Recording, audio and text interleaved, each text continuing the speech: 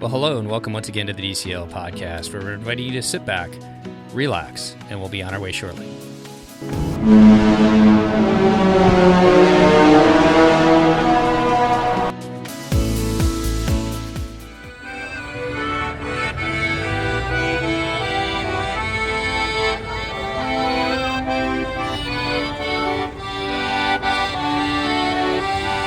Well, welcome back to the DCL podcast, your podcast to help you cruise a little smarter. And we've got a completely different show tonight. It's going to be a lot of fun. And joining me today, we are going to go across the Atlantic, talk about Europe, all the way down in Burbank. She's living her best life. How you doing today, Nova? I'm doing pretty good. I have admittedly been dealing with like summertime starting with my kiddo being out of school and all that stuff. But early June is good for my family because we usually do something to celebrate school being out. And then Seth's birthday is on June 10th. So we get to have like a nice little family. And this year, for Seth's birthday, we're going to Disneyland's first ever Disneyland After Hours Pride Party. They've never had one before. And they're hosting 2 nights this year and they're both sold out. So very cool. We're going to have so much fun and see what Disneyland does for Pride. So I'm excited about that. But I hear a different voice on the podcast than is usually here, especially because this isn't a snippets episode. So excuse me, Miss Wake Better Than Steve. What are you doing here? I'm enjoying that and talk about Europe. Yeah, I'm so excited. Honestly, I just dream of being able to like have dinner. I wish we all lived in the same city so we could have like little dinner parties and things. I agree too. Well, this is the best we got tonight, so but it's still a good thing going. So we are going to talk and touch on a bunch of different topics about Europe. Both of our families are heading over to Europe here pretty soon. Excited about that. And we're going to talk about just some points, some things that we've learned, some things that we've heard from our past experiences to help you out. Obviously, there's a lot of different ways to do Europe and to travel. And if you have some thoughts or disagreements with some of the things we say, we'd love to hear about it. Go over to Facebook under this episode and post your comments there, and we'll make sure to respond to them. So let's just jump into Europe. Nova, we're doing different cruises. We're not sailing together this time. What do you guys have planned, and what did you guys book, and why are you doing it? So friends of the podcast will remember my first ever episode was to talk about a friendship cruise to Alaska. And that's where Steve and Christy fell in love with me and asked me to join the podcast.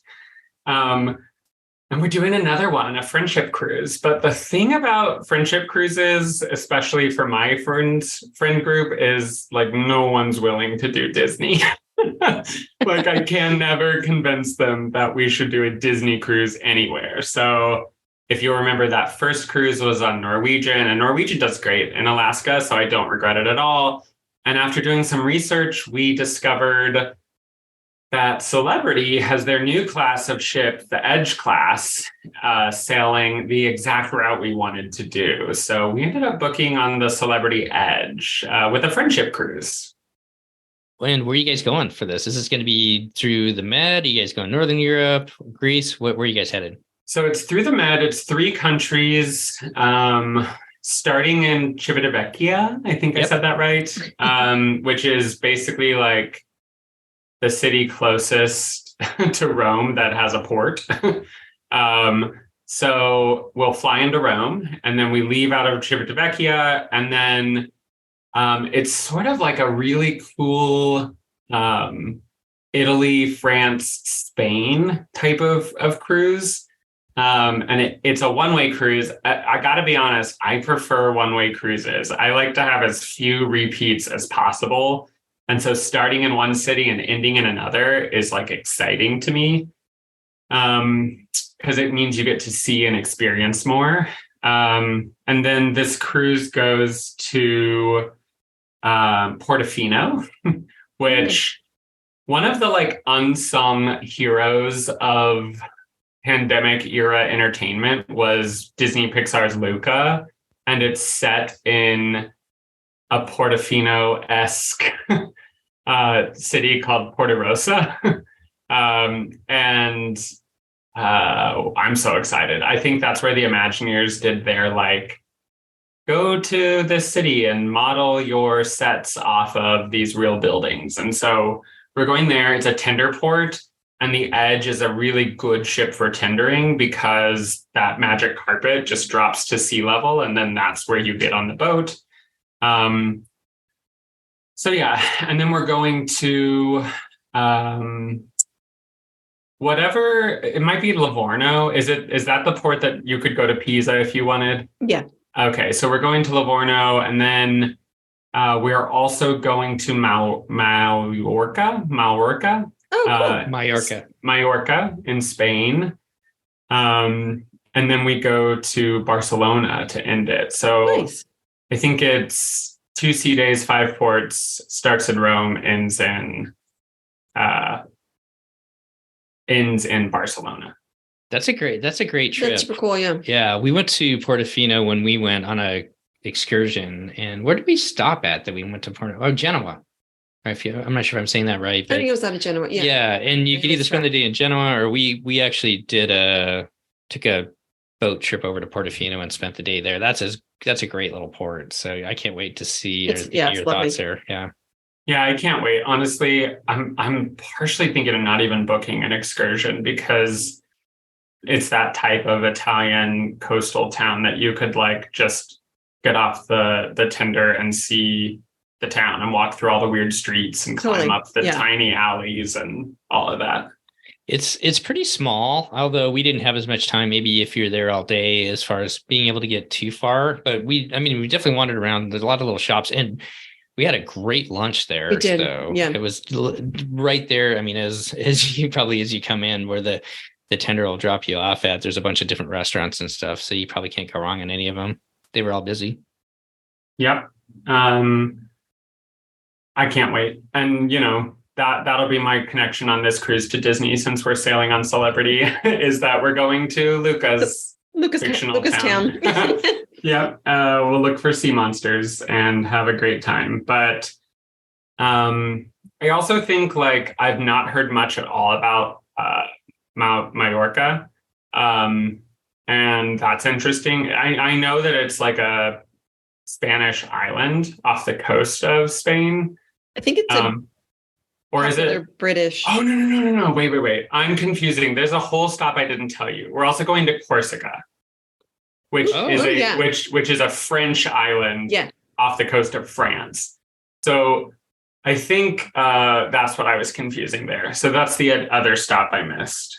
But I'm excited because neither of those have I heard much about. I know cruise lines go to them, but I think the big ones you hear about are like Livorno or Barcelona, Civitavecchia, those sorts of places. But these 3 stops, the Portofino, the Corsica, and the Mallorca, are I want to see those places. And I haven't heard many people talk about them.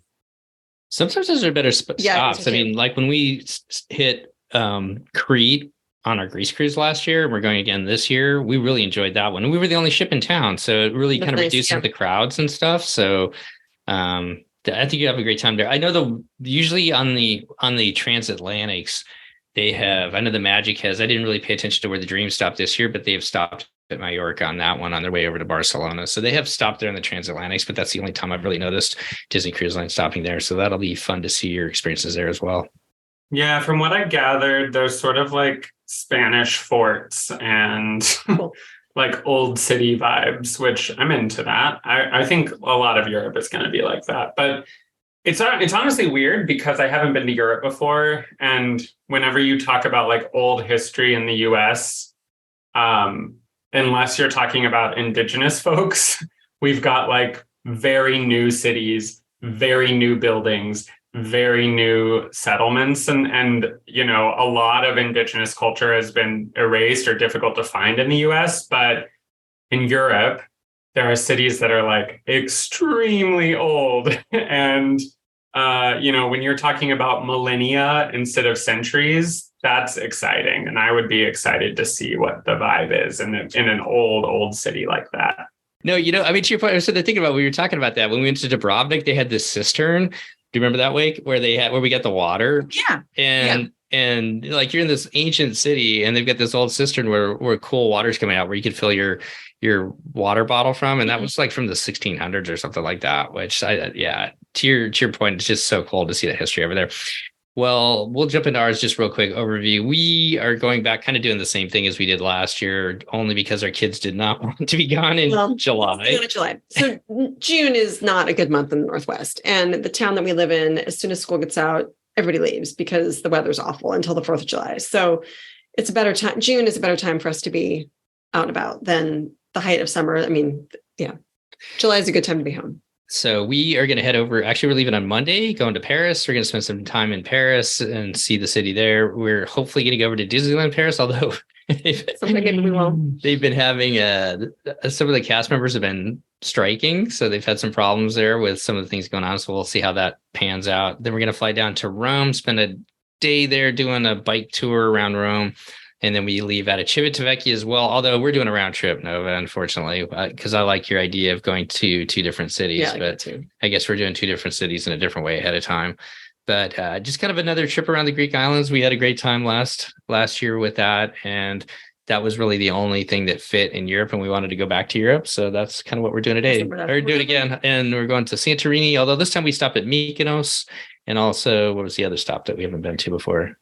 Or no, we've been to everything else before, but so no Athens, no Dubrovnik, but Mykonos instead. Yeah. Oh, and no Kefalonia. Right.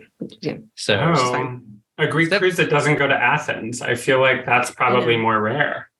In all honesty, I mean, we've been there twice, and the kids went there last year. We saw all the sites last year, so we weren't too excited. We didn't need to go back. Yeah. Yeah. The Parthenon is cool when you see it. Yeah. And then it's done. Yeah, you don't need to go again. It was so crowded and hot last year. So, well, let's jump into it. We're going to just touch on a bunch of different points. We'll just a couple different topics we'll talk about, and we'll give you kind of our thoughts and whatnot. But the first thing that we noticed is people had some problems with their passports on our Facebook group. And just to kind of reiterate the thing, and I'll let you talk about it here in just a second, Wake, but we were looking at it last year, and Anna Wake's passport had 3 months, which meant as we left Greece, the Greeks would have allowed us to have come in and left. All the countries that we were visiting, 3 months post departure validity on your passport was sufficient, but it was not sufficient for Disney. Right. So Disney Cruise Line actually has 6 months. And so your passport has to be valid 6 months after sailing has ended. So make sure you take a good look at that. If it's 3 months, they're not going to allow you to board the ship. They wouldn't even let us check in. Right. Matter of fact, and if it's less than 3 months, we had some friends that just tried to go over there anyways.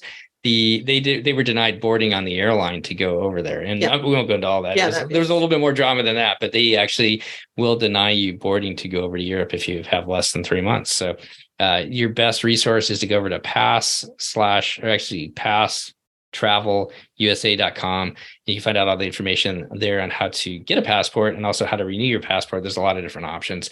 And from what I've heard, the process you went through last year, for those of you who might have remembered, is a little bit different this year. I think the amount of time has changed that you can contact them. Yeah, it may have. But the State Department website has all of that info.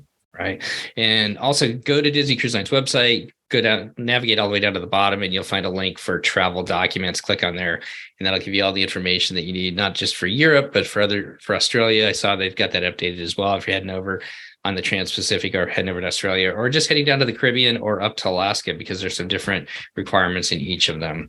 So should we just jump into planning, Nova? Yeah, I'm into it. I will say, though, not that this is everyone else's experience, but we had to get 2 new passports. And because of Wake's horror story, and honestly, a lot of our Patreons were scaring us because they were like, I applied for my passport 27 years ago and it still hasn't come. And we're like, oh no. So we paid the expedited and we sent it. And a lot of people are like, listen, the passport office will cash that check, but they will not always send it for a long time. So we weren't even that excited when the checks cashed. We were like, still, it could be a really long time. And then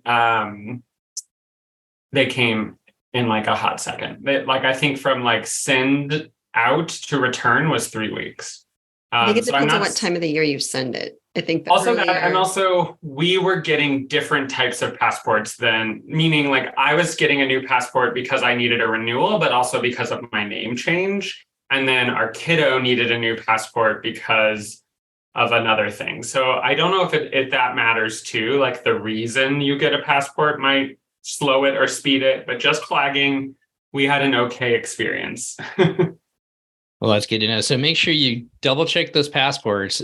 I mean, they'll let you book it. And I saw somebody complaining like, well, they let me book it. Why did they let me book it? Because, well, they didn't know what you're because they assume that you're going to know that you need to get it renewed. Yeah. And eventually you do have to put your passport information in there, but that's when you check in, and that could be too late. So, right.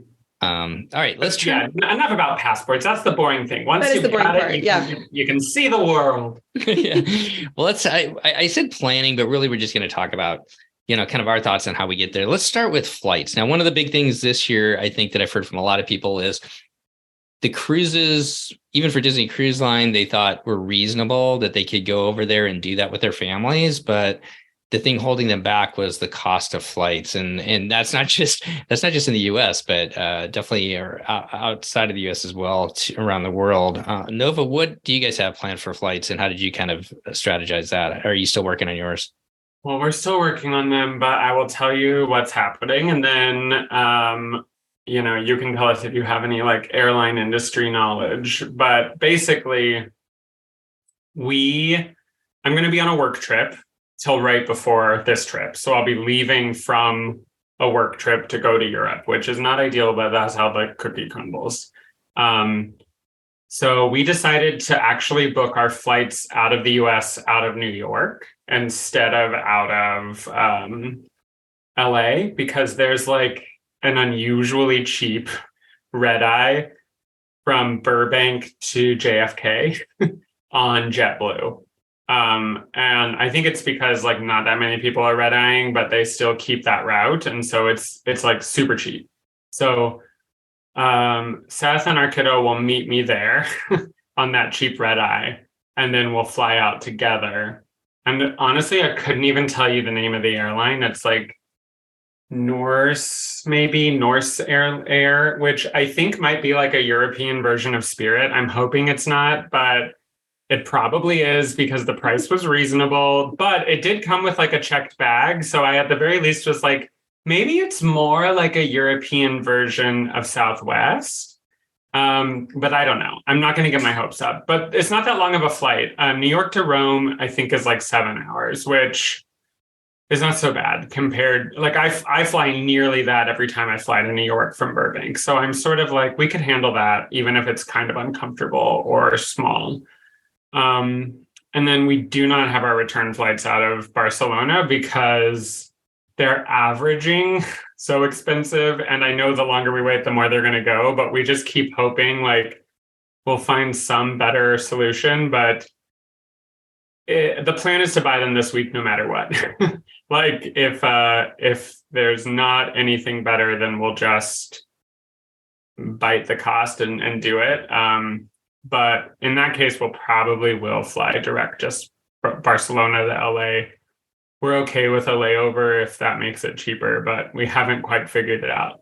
To the situation Steve's alluding to, adding it all up, these flights, even if purchased at their height of cheapness, still cost about the same as the cruise that we're going on. So I would just flag, and what we heard is actually that Europe, especially the Mediterranean, is the most popular tourist destination this year for Americans. And so flights are just wild. And honestly, we have a really bad history of doing this. This is what happened when we went to Hawaii. It was like the most busy year in Hawaii's history. This is what happened when we went to Europe, when we went to Alaska. So apparently we are not trendsetters. We just like follow the popular opinion. So it's expensive, but I don't know. Do you all have airlines or tips or like those special websites that like find you hacker fares or? So we have used Miles the last several trips over, which means booking like 11 months out. But if we've purchased tickets, it seems like that 4 months out is kind of the best price point. They charge a high price to start, and then it drops, and then it starts to go back up again. And check every day of the week, because they do change it on like Tuesdays are the cheapest or something. Tuesday afternoons are the cheapest, something like that. So just keep checking on the regular. You might be surprised at a change. So Norse is a brand new airline. They just started last year, I believe, is when they first started flying. So they've got brand new planes, which is kind of cool. They fly 787, so it should be pretty comfortable, which is nice. They are kind of filling the void that Norwegian Airlines was flying for quite a while. And they're kind of filling that void as far as flying from major cities in the US over to Europe at reduced prices. And from what I've heard so far I've actually looked, because I actually get updates from them, or I signed up for their updates because they do have some really good fares. A lot of people are coming back with positive feedback. So I'll be curious to see what your experience is like, Nova. Yeah, me too. Sorry, I muted myself. I'm excited to see what it's all about. I think that there is definitely maybe a reputation is the right word for even the budget European airlines are better than the budget American airlines, but maybe I'm just saying that because I wish it were true. But to your point, in all honesty, as far as like, even we've got British, with the tickets that we've booked, you have to, pay extra for the bag or whatever else. So like with Norse, you've got different options. Like you can get a super cheap ticket, or you can pay a little bit more and it'll include your bag, or you can pay a little bit more and it'll include your seat. And even with British, we had to pay to get the seats that we wanted, because otherwise we just showed up at the airport. They just put us wherever they wanted, or we get to pick whatever was left. We really didn't want to do that. So, even if you say you're going with a discount carrier versus a traditional carrier, the traditional carriers are figuring out ways to nickel and dime you all the way across too. So there is that. A couple other strategies, and these are more just kind of for the West Coast for us. We use miles as much as we can to go to Europe, because those are the most expensive tickets. So mostly we've used our program, and I'm definitely not pushing Alaska's, but Alaska's has a pretty good program that we figured out how to use. And so that's what we use mileage wise, which puts us on either British or Iceland Air out of Portland. The one thing that I will say is make sure that when you're booking your tickets to Europe, just like if you're going to Florida or someplace else for a cruise, definitely plan on getting there like a day or 2 or 3 days ahead of time, for 2 different reasons. One, it gives you flexibility in case weather, like last year, there's some really bad weather on the East Coast, like 2 days before the cruise. Right. And tons of people there. Well, everybody was worried. It was listening to people talk about like kind of the nightmare scenarios that they were going through, misconnecting to the East Coast, trying to get onto planes, which causes bag problems. So some people never got their bags. Some people didn't even make it to Rome because flights got canceled and the flights were overbooked. So for your best, sense of mind, I guess, if you get there a couple of days prior, that alleviates the problems that you might have with either weather or mechanical delays. And with planes being packed, it may be hard to rebook you right away onto the next plane. Also, it gives you the ability to, since you're changing time zones, to kind of get used to that time zone, so that it's not like you're landing and then the next day getting on the ship where you might, it may take you 2 or 3 days to kind of recover. And that's, 2 or 3 days into your 7-day cruise that you paid a lot of money for. Spend your jet lag time on the ground and not on the ship. Yeah. So that's just another tip or technique. If you can do it, not everybody can always do that, but right. That's something that we do. And then the last thing, coming from the West Coast, because of those possibilities of weather delays and mechanical problems and everything like that, we like to try and get on a plane and get to Europe. So anything that can get us nonstop. Yeah. Yeah. We don't want to make a stop on the East Coast, leaving from the West. But to your point, you're already going to be there on a work trip. Right. That's that is a good strategy too, as far as like reducing your costs, because a lot of times flights are cheaper off the East Coast. So if you can find a cheap flight from the West Coast to the East Coast and then pick up your European flight there, that is a good strategy as well. Yeah, I wish we were in New York long enough to take our kid to see Wicked.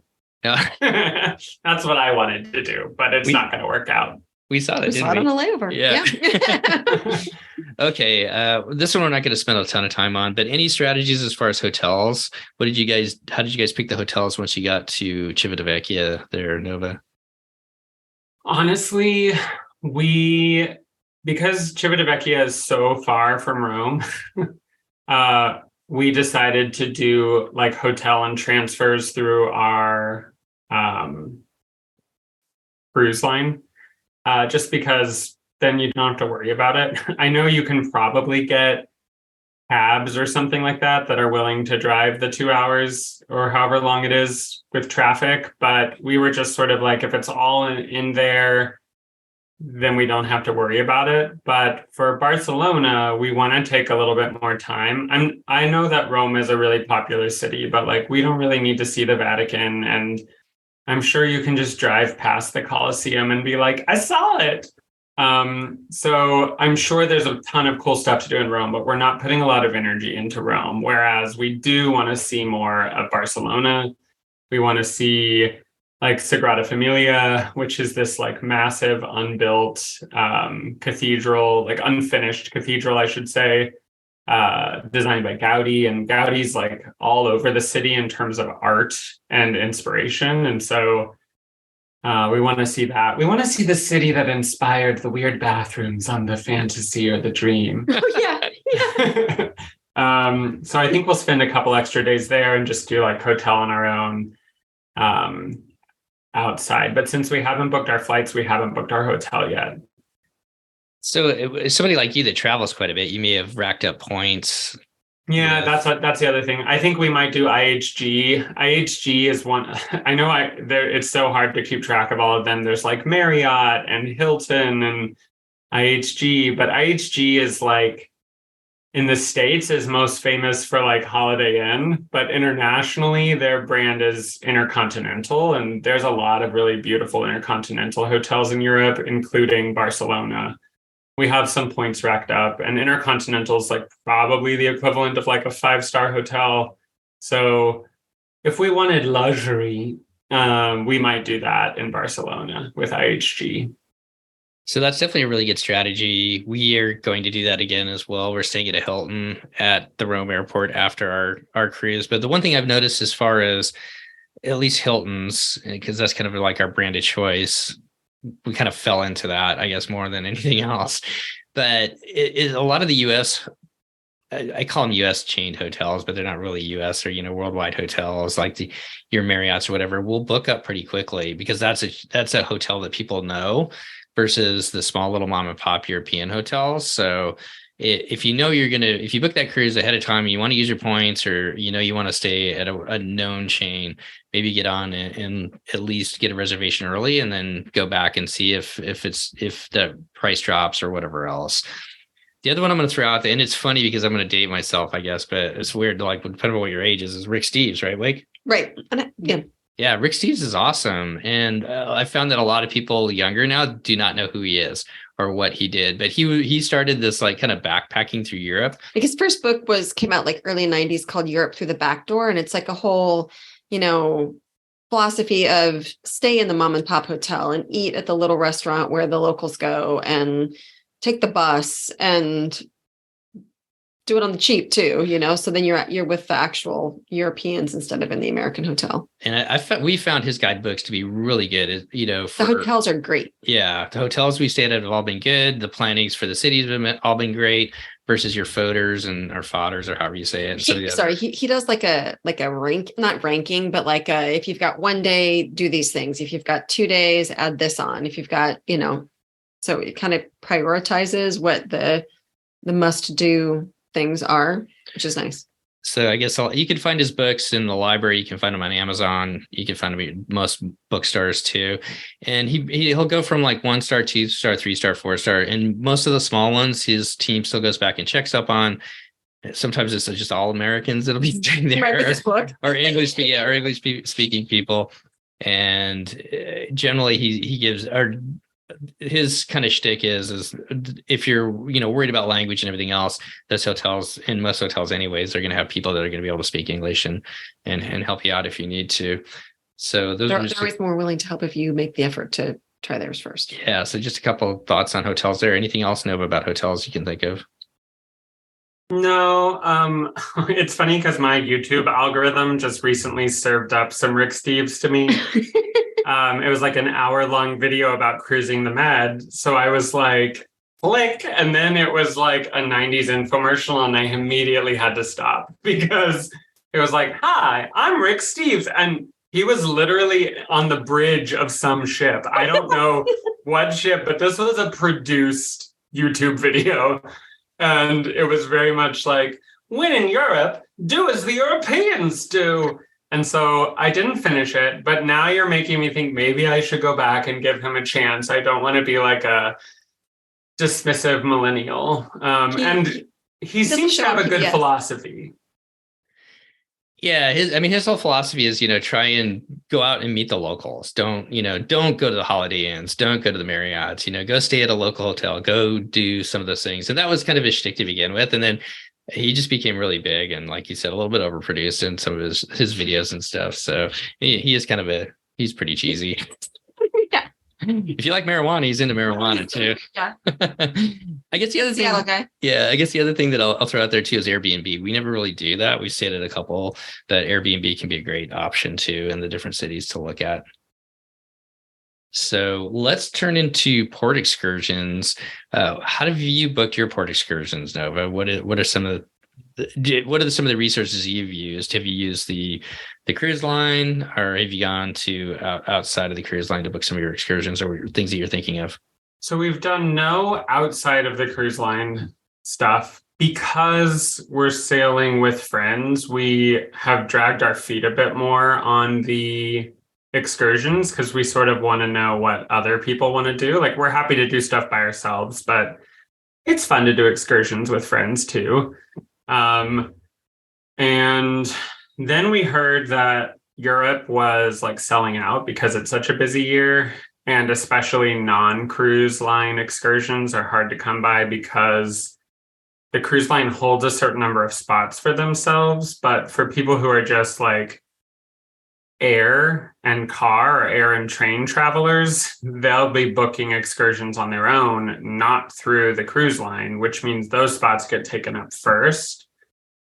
So yeah, we've been mostly going through Celebrity. What I will say is that more than any place I've been to, the cruise line excursions are very much like, see the sights, go shopping, eat some food, and not like go ziplining across the top of a mountain or like go horseback riding on this thing. It's all like, these are really old cities and we just want to show them to you.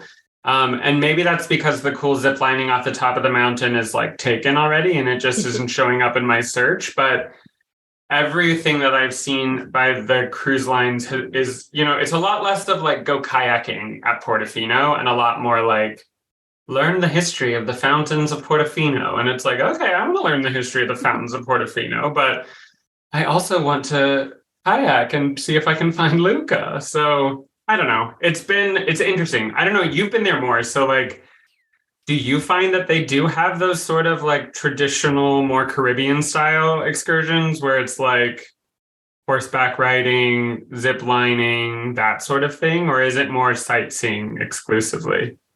We did there's our dog. We did a kayak thing in Dubrovnik last year. And we also did a hike on Crete last year. But I think those have been the most active European excursions we've done. Yeah, I'm trying to think like now, as you said that, they definitely don't have like all the toys and the gizmos and everything like that, like zip lining and stuff. That doesn't seem to be as big. It's really more about history of the different cities and stuff. Right. Yeah. I think more so than I've seen like some on one of the Greek stops that we have, there's like a Jeep, there's a couple of Jeep adventures where you can go high, up into the mountains and Jeeps and stuff like that. But yeah, Santorini, Crete. But those are places that kind of lend themselves to that. I do think, for me, I guess, I think the purpose of going to Europe is to see the cities and experience and learn about the history and learn about the, lost our stuff here. Like learn, see the art and just experience it. Eat different food, wander around, get lost, you know? So I think, I feel like it's just a different type of vacation. Which I'm into. No, I mean, not gonna lie. I think the older I get to, the more I'm like, I don't need to zip line at 60 miles per hour over, a crater. I could just have a really good piece of pizza and see something beautiful. But wander around. Yeah. For our kiddo, we want to show cool things and fun things. And that's where I think the ship you choose could come into effect, because I'll be honest, Celebrity is not like a water slide, aqua coaster, go-kart on the roof type of ship. It's more like we have 27 restaurants and we have acrobat shows. And I'm like, that's my pace, but I'm a little worried about, and we'll do a show about it when we get back, but I'm curious to see how a 14-year-old feels on a Celebrity ship. Well, sometimes it's just like the little things, we kind of get ourselves all caught up into, we have to do this port excursion. We got to go see this. We got to go see that or whatever else. And I remember, and we'll talk about, I'll throw this out as a tip here as we talk about port excursions also. But I remember when we stopped, in Cannes, France, and it was kind of a gray, overcast day. It was the only kind of crummy day on that first Mediterranean cruise. And the kids were younger then, but we just got off and we wandered around and we got some crepes, and there was a little merry-go-round. I think Alex rode on the merry-go-round. Yeah. Yeah, he was 8. And then we spent like probably an hour where they were just running up and down on the rocks and having a good time there. And so I guess, obviously Mason's a little bit old. Isn't 8. Can I say Mason? Sure. Okay. Mason's a little bit older, but so maybe jumping around on the rocks isn't the most exciting thing there. But I guess my point is, like, sometimes, just being in Europe in a completely different place, it doesn't have to be so gee whiz. It's just that experience itself is kind of a big deal. Yeah. And especially because Seth and I haven't been there, so much of our first couple of years together as a family have been about showing him what we love. And it'll be so cool to see something together for the first time, it's all new to all of us. None of us have been to these cities and none of us have seen this stuff together. So, I think that's going to be ideal. I'll be honest, I'm not even putting a lot of pressure on the excursions. If I can't find something in each city I want to do, I will just get off the ship. The one thing I'll say is I don't plan to stay on the ship in any port. I want to go to each of these cities. This is not a stay on the ship because you've done Atlantis water park 16 times. This is get off because the whole point of that flight all the way to Europe is to see everything. So you don't have to do a port excursion in every city. And actually, I've heard a lot of people say don't, because it's so exhausting anyway to have to do these day-long, because a lot of these places are far, right? They say that Livorno is Pisa, but isn't Pisa a far drive away from Livorno?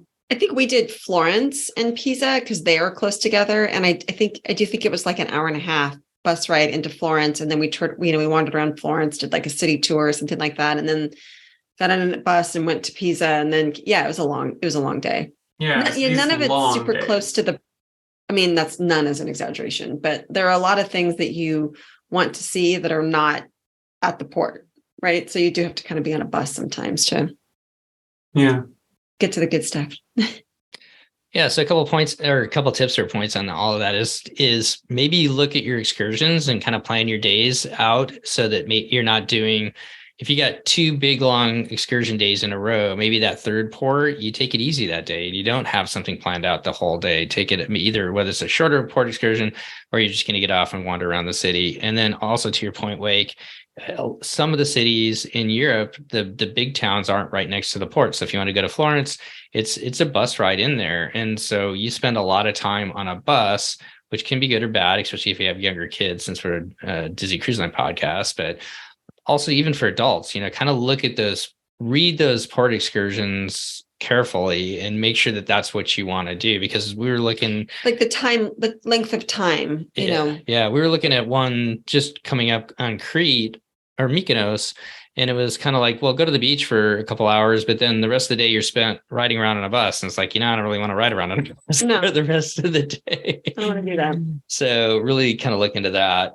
The other thing is Europe more so than Alaska, and I think the Caribbean, the port excursions, if you do them on your own, can really vary in price. This is a place where you can see a big difference in price as far as being cheaper and being able to do things cheaper outside of the cruise line. But do your research if you're going to book something out of the cruise line. Christy doesn't like Viator.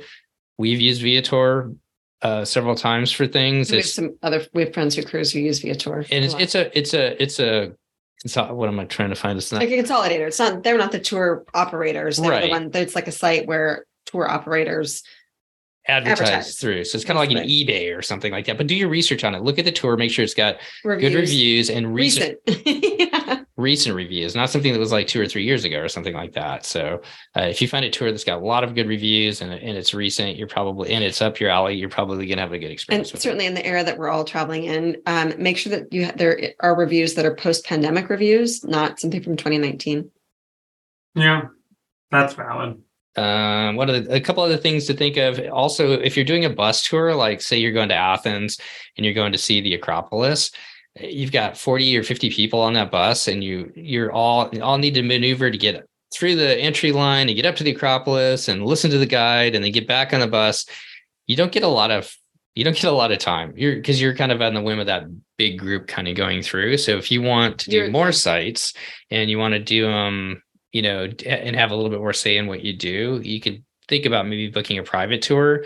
They can be more expensive. Although the very first med cruise that we went on, we went with the couple that we just went to Alaska with, and we got off the boat in Athens, and there were cab drivers sitting there and like $50 a person or 50 euros a person. And he toured us all around the city and sat and waited for us as we went in and went to things. And so if you're willing to be adventurous, there's deals to be had. Yeah. And that was a long time ago, but still, it probably isn't 50 years, probably 100 euros a person now, but still cheaper than anything we could have gotten off the cruise ship. And we did all of the things that the cruise ship crowd did. And it was just 4 of us and not 40. So another thing to kind of think of, but if it's your first time to Europe and you feel a little uncomfortable. When we did that, 2 of us had been to Athens for long periods of time. Right. So and we felt pretty comfortable just traveling around, on our own. Knew the layout. Right. But beyond that, if it's your first time to Europe and you're traveling with a group or you're traveling with young kids or something like that, the Disney does a good job overall. They definitely get a lot of feedback. And if you have a bad experience or experience that you don't think is up to snuff, then make sure you provide that feedback to the Port Adventure Desk when you get back, because they relish having that feedback so they can get the best things they can for you. We've seen that actually in action. So any more thoughts about Port Adventures, Nova? No, I can't wait to tell you what we did, but I don't know. It's we haven't booked much, so, but we've researched, and there's cities where we're thinking of doing stuff and cities where we just want to walk. There's actually, like, you just Google this, but free walking tours. There's a couple different websites like that where you can find free tours where, and then do your research on it, where they just have these meetups. If you're adventurous and these guides will take you around their city and talk about it, and then you just give them a tip as far as what you think it was worth. There's a lot of those actually around the U.S., like in New York and some of the bigger cities. Let's start eating real quick. I don't have a lot to say other than don't be afraid to try the local food. That as much as you're going around and seeing these different cities and sites and stuff like that, the food is amazing over in Europe. That's the one thing that we've really found. And so don't be afraid to, if you've got lunch and in an open time for lunch, to ask your tour guide, get recommendations from him or her to go and try something locally. That happened to us in Florence. Oh yeah, it was great. Yeah. They walked around, they gave us a little walking tour, and then we had a couple hours on our own. So we went and saw the Ponte Vecchio, or the bridge that goes over in Florence. And then is that the one? Am I confusing that with Venice? Because we went on the bridge with the tour, but can't remember. They just dropped us off. Anyway. But that's okay. Anyways, we had a couple hours to explore, and it was like lunchtime. So we found a great little place to have lunch, some pasta and whatnot. So don't be afraid to try the local food. Ask your guides. They know. Yeah. Or if you do it. Well, I mean, I guess I'm saying the same thing. Like when we were in Ensenada, when we did the tour out to go snorkeling, and we came back, and we had a couple hours, and people were asking them. Actually, they came up and they were like, "Hey, try these taco places. This is where we would go and eat if anybody wants to go and get some food." And Nova, I know you're down with good food outside of wedding food. So, I love a plate that was made just for me. The other thing, make sure you bring water. Europe can be very hot. Bring a water bottle with you. They sell it on the ship. You'll see that as you walk off. You can do that if you want to. We generally just fill up our water bottles ahead of time before we go, because like we found out in Naples, there was like water in these it was so hot, and there was like water in these little cooling containers, and you open it up and it really wasn't cold. It was just warm water.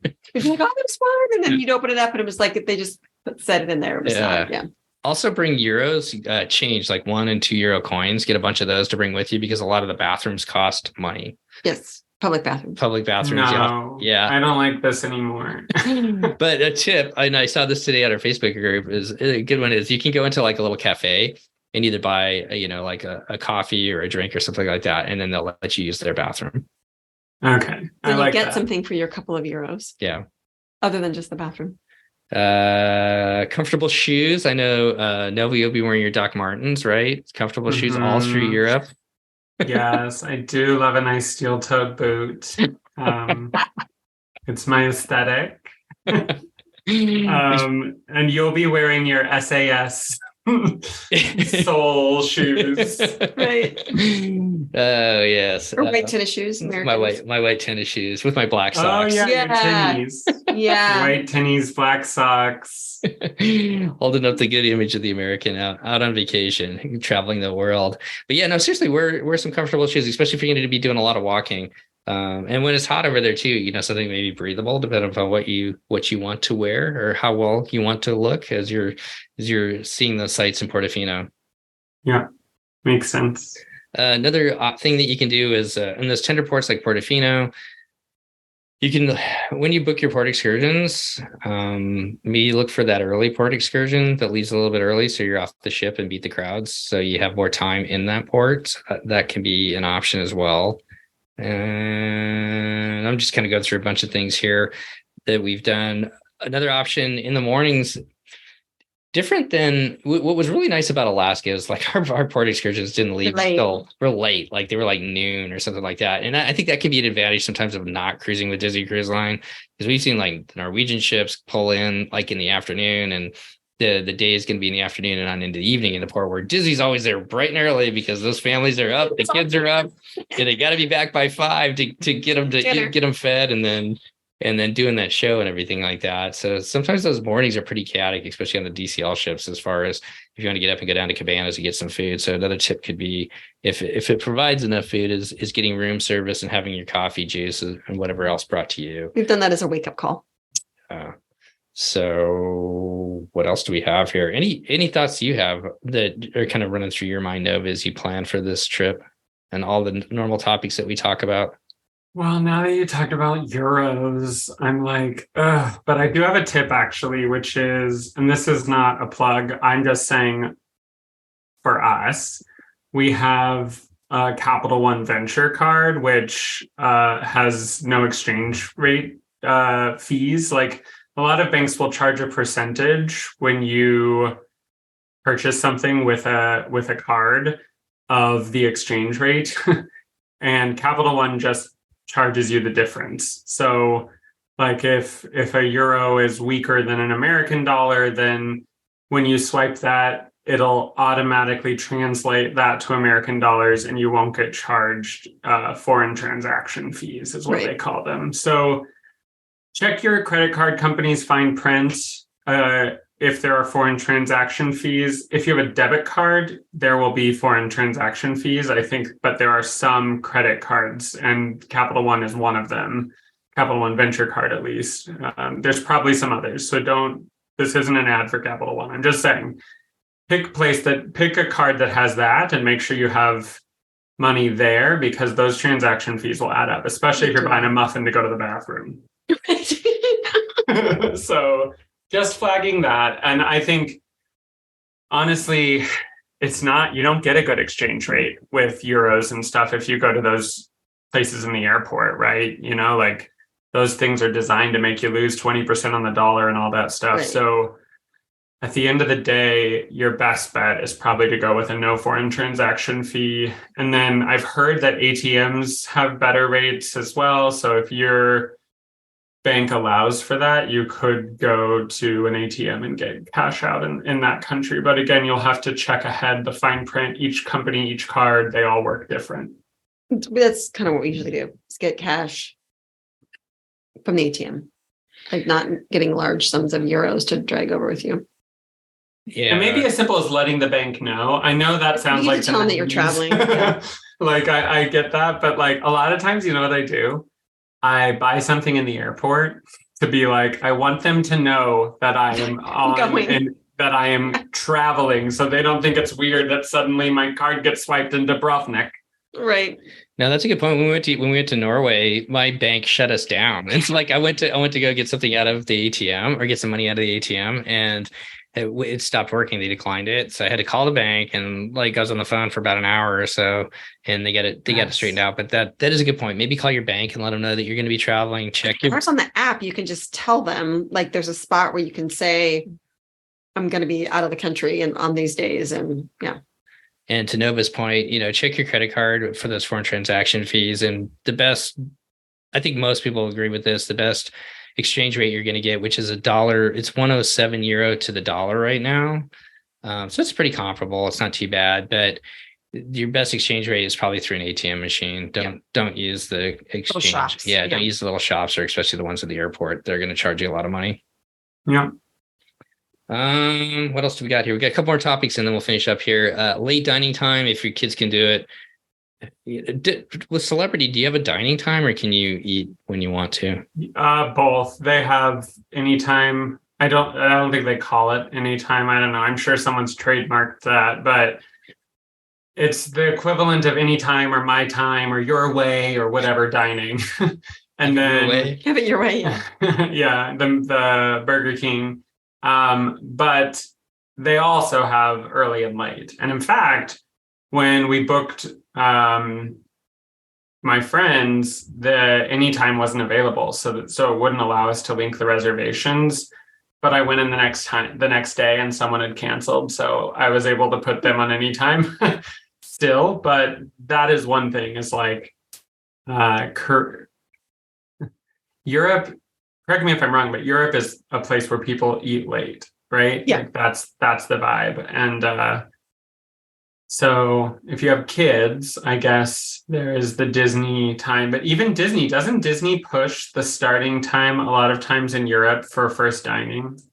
It's a little bit later. I can't remember what it is. I think it's like 5:45. I feel like it's a little bit later than. Yeah, and the second's still like 8:30. But I said that Disney gets out of the ports quickly. But this year they've added. We're not leaving Santorini and Mykonos until 8:00 at night, which is awesome. Super excited about that. So if you want to stay and have dinner on the island, you can do that. We may do. Yeah. But I guess what I was going to say is if you can do it, the late dining time seems to work a little bit better for us, especially so you don't feel rushed. Sometimes, you get back after a long day, it's 5:00 and all of a sudden you got to run, hit the shower and go eat right away. I'm pretty sure. I mean, yeah, a lot of the ports, at least on the med cruises we've been on, it's hot, it's summer. And so everybody come back and everybody's sweaty and tired, and to like rush and do dinner right then is not always the best. So just another thing to think about. But I'm glad that Disney is actually pushing the ports back, because it gives you options. If you want to go back and eat on the ship, you can.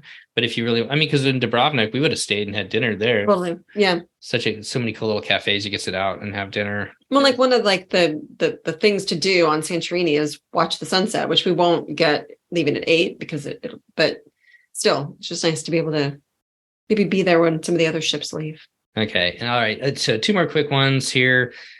we try and limit maybe one activity a night. It's easy to get caught up in the whole Disney thing. Maybe think about pacing yourself so you don't wear yourself out. Busy cruise. It's a busy cruise where you're getting up at 6 o'clock in the morning and you're staying up till 11 o'clock at night doing things. You can really wear yourself out. So maybe we try and pick maybe one activity after dinner and do that, and then maybe walk around the ship a little bit and head back. Also, a lot of the sailings over there, you will not have fireworks. That's due to restrictions within different parts of the world where they don't allow that to happen. And I think Nova will agree with this, because I know you've touched on this kind of thought a lot of different times. But one of the things that we try and do is just learn how to say hello and thank you in whatever language from whichever country you're in, because I think that goes a long ways to, I mean, people will realize that you can't speak Greek or you can't speak French, but I think it goes a long ways to opening those doors, to showing people that you care about their country and you came here to see it, and you took the time to learn a little about who they are. And that has always kind of helped us out a little bit as far as breaking down doors when you're talking to shop owners or different guides and whatnot. Any thoughts on that, Nova? Yeah, I'm always a fan of being cultural stewards as you travel. I think to travel is such a privilege. Totally. And in order to be able to travel, you should hold the culture of the places you're going sacred and as a very important part of it. So, and language is a big part of culture. So Totally. Learn the bare minimum. Also, at this point, go and get yourself a free trial of Duolingo, or like there are so many ways to learn the 20 most important words in each language, whatever those are, hi, goodbye, thank you, you're welcome, where's the bathroom, those sorts of things. You can learn that on your flight over. It's not like you don't have the time or space. It's really just a matter of putting in that energy. And maybe download some translation apps. You can't guarantee that everyone everywhere will speak English. It's pretty common in Europe that you can have conversations in English, but don't assume you'll be able to. And if you have a good translation app, that can go a long way to, communicating a need. So I'm going to tell a quick story about that. So last year on the Greece cruise, we're getting off the bus on one of the stops, and I was an exchange student in Greece when I was in high school, and getting off the bus, I said, thank you in Greek to the bus driver. And he got all excited and was like, and then just like, boo, like stream of, started trying to have a conversation with me. And I was like, oh no. I don't remember a whole conversation. And I only remember please and thank you and a few other words here and there that I can't make a full sentence with. But that shows how rare it must be for people to even make that effort if a thank you got the person to be so excited. Right. So yeah, I would say do it. Get a good Duolingo streak going, Totally. People get excited when they get to like day 500 or whatever, and it's like 5 minutes a day. I would say put used to it. And Europe is so interesting because there are so many languages in such a relatively geographically small space. We're going to Italy, France, and Spain, and there's different dialects, different phrasings. And I think that's all part of it, Might as well learn while you're traveling. Exactly. Well, I think we're gonna finish it there. Yeah, we talked about a lot of different topics. Anything else you can think about, Nova, as far as your cruise or things you're excited about? No, I mean, I'm pretty well traveled, but I'm well traveled in North America. So I am thrilled to be making my first journey across the pond, and hopefully it won't be the last, but I'm 35, and I think a lot of people are in my boat where they've never been, and they have to wait until they're an adult and they have the resources to be able to go. And so and to share that with your kid. I never got to do this stuff when I was younger, but to be able to take my kid at the age of 14 is like, I feel so grateful to be able to do that. So I'm excited, and we will definitely report back here. I'm sure Steve and Wake are going to do snippets of Greece. And my family, we can do some snippets, and we'll probably maybe do like a debrief show at the end of the summer. When are you going? Monday. Okay, so I'm going at the end of July, so maybe we'll do 2 shows. But when you get back, I'll interview you with Christy or something, and we'll have like a little European showdown. Sounds good. We'll get some drinks, we'll make some food, and we'll talk about Europe, talk about our experiences and everything like that. So can't wait. Yeah. But yeah, have fun, and thanks for listening, everyone. Any final thoughts there, Wake? Nope. I think we're good. I'm just excited to go. Well, thanks for joining us. If you are headed to Europe, on behalf of all of us here at the DCL podcast, we want to wish you all the best as you travel over there. Just enjoy the time. Be curious. Talk to people. Get out there and learn from the locals about the different places that you're going to. Try their food. Say hello. Say thank you. Ask them where the bathroom is. Mm-hmm. Bring your euros. Right. Your euro coins. But once again, thank you guys for coming back and taking a listen. We hope you enjoyed this little overview, some thoughts from us as far as traveling over to Europe. And as we said, if you are heading out on a Disney cruise, head to Adventures by Disney. If you're doing the virtual Run Disney events this summer, or you just spend a time with family and friends, on behalf of all of us here at the DCL podcast, Christy, Nova, Lake, and Anawake, and Seth, and everybody else, we'd like to thank you for coming back and taking a listen, and we'll see you next time on the DCL podcast. Goodbye, everybody. Bye. Bye, everyone. The DCL podcast is not affiliated with the Disney Cruise Line, Walt Disney Company, Adventures by Disney, or Run Disney. All of the opinions expressed on our shows are those of the hosts and the guests who appear on the show. If you have any questions about any of these products, please contact the Walt Disney Company.